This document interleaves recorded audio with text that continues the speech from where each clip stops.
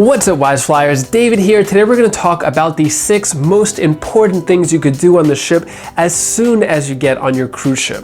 We're going to divide these 6 things into 2 different categories: what to do as soon as you get into your room and as soon as you get onto the ship. And if you want to save time, money, and headaches, make sure you pay attention to these 6 things so that you can enjoy every single minute on your cruise, especially since you paid so much and waited so long to enjoy this vacation. Before we get started, I just wanted to mention that if you are going on a Royal Caribbean ship, you could arrive much earlier than the reservation time that is emailed to you or that you're notified of. For example, our last cruise on the Allure of the Seas ship with Royal Caribbean, we were told that we had to embark onto the boat at 1:30 p.m. But there is an insider secret that you are allowed to show up as early as you want and get on the ship as early as 10 a.m. So rather than waiting until 1:30, since we're paying the same price for the cruise, we decided to go as early as possible. So we got that 10 a.m. and we're able to get on the ship right away. Getting on the ship as soon as possible gives you as much time as possible to enjoy the ship before all the crazy crowds come in and everybody starts filling up the dining room, filling up the pools. So if you could get there as early as 9, 10 a.m., then you have the whole ship for yourself to explore and have as much fun as possible. Let's get started. So the most important thing you want to do on the ship right away is to be prepared with a carry-on bag. So as soon as you get onto the ship, you're not going to have your luggage that you checked in until around 1 p.m. in your room. And if you're going to get on the ship extra early and enjoy all the amenities and get food and do all that fun stuff, you want to make sure that you have enough stuff in your carry-on to last you as long as possible.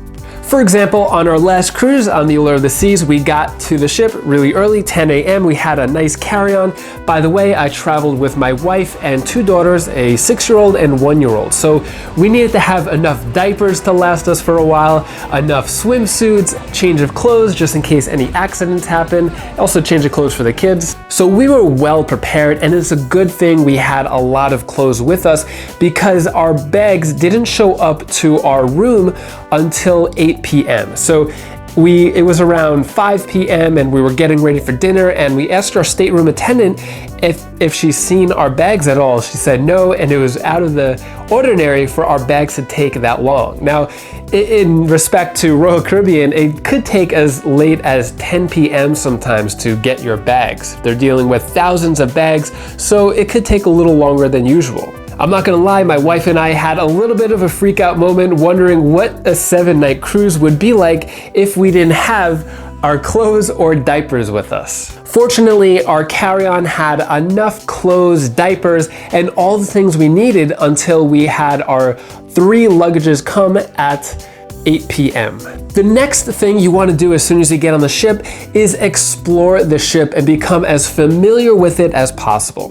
This way, anytime you have activities or events that you want to go to, you're not so lost when the time comes to actually go to that part of the ship. You're familiar where the dining is, you're familiar where the pools are that you want to go to, the casino, the restaurants you want to check out. So I recommend taking at least 30 minutes, 45 minutes. You could explore most of the ship, at least where all of the main attractions are. This way you're very familiar throughout the week and you could go to wherever you want with ease. The next important thing you want to do as soon as you get on the ship is to check where your dining table is. So you could find out as soon as possible where you're sitting for dinner every single night. You could go there even though it's going to be during the day and dinner is in session. You could see where your table is and see if it fits, if it's a good fit for you, your family. If you have kids, ideally you want to be kind of more in the corner. If you want to be closer to the exit or so you could get in and out of the dining room fast. So you want to check and see where your table is, see if it fits your needs, and if it doesn't fit your needs, then let someone know right away because it'll be a lot easier to change before the big rush when everyone's sitting in their seats, and it's almost impossible to change your seating around them. And before we move into the important things to do when getting into your room initially, I recommend going to the Flow Rider. If you like the Flow Rider, go on the first day as soon as possible because nobody will be there. The lines will be really short. You'll be able to get your waiver sign and go to the stand-up side of the Flow Rider if you want to. So do that as soon as possible. You're gonna love it because you'll have so much time on the Flow Rider. Later on during the week, you could wait 30-40 minutes just to get a minute of Flow Rider time. So the most important thing you could do as soon as you get to your room is inspect the room. So as soon as you get in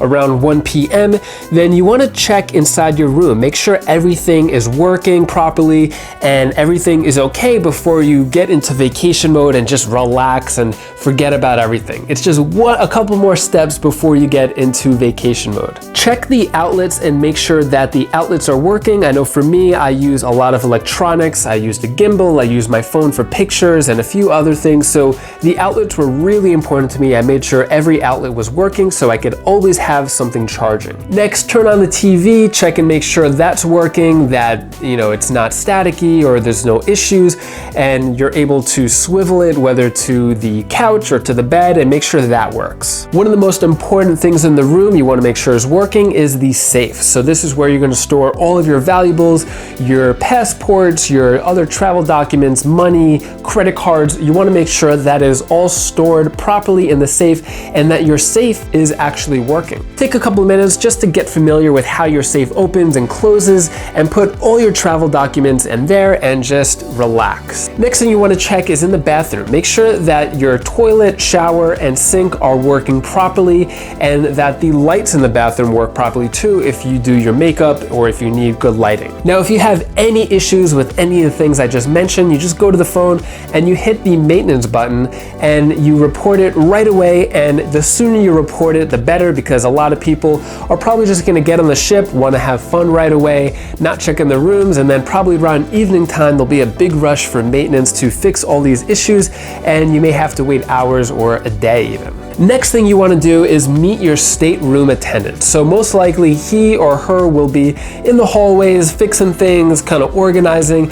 Be very friendly with your stateroom attendant because he or she is going to be cleaning your room every single day, multiple times a day even, provide you with towels, and any certain requests that you have, they're going to be taking care of you. So you want to introduce yourself, be really nice, and because it's actually a really hard job on their part. They're constantly working all day on their feet, making sure that the bathrooms are really clean, that your bed is constantly made.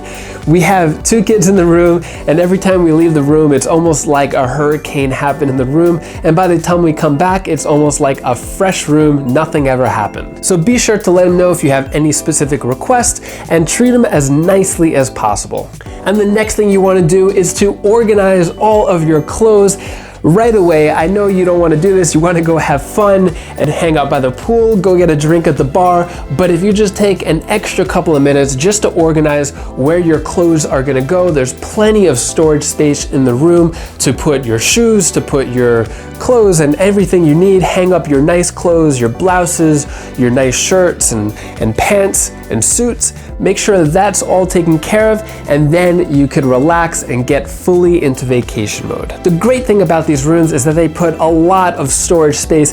Every inch pretty much has a function and storage, especially since the rooms are a little smaller than a standard hotel room off of the ship. So you want to make sure that everything has a place. This way nothing is out of place. You could slide your suitcase underneath the bed and go have fun, go enjoy the cruise, have the best time ever. And if you want to know the 5 rookie mistakes that most people make on cruises, you could click the link on the screen right now, or click another link on the screen to watch more cruise videos, and I'll see you in the next video.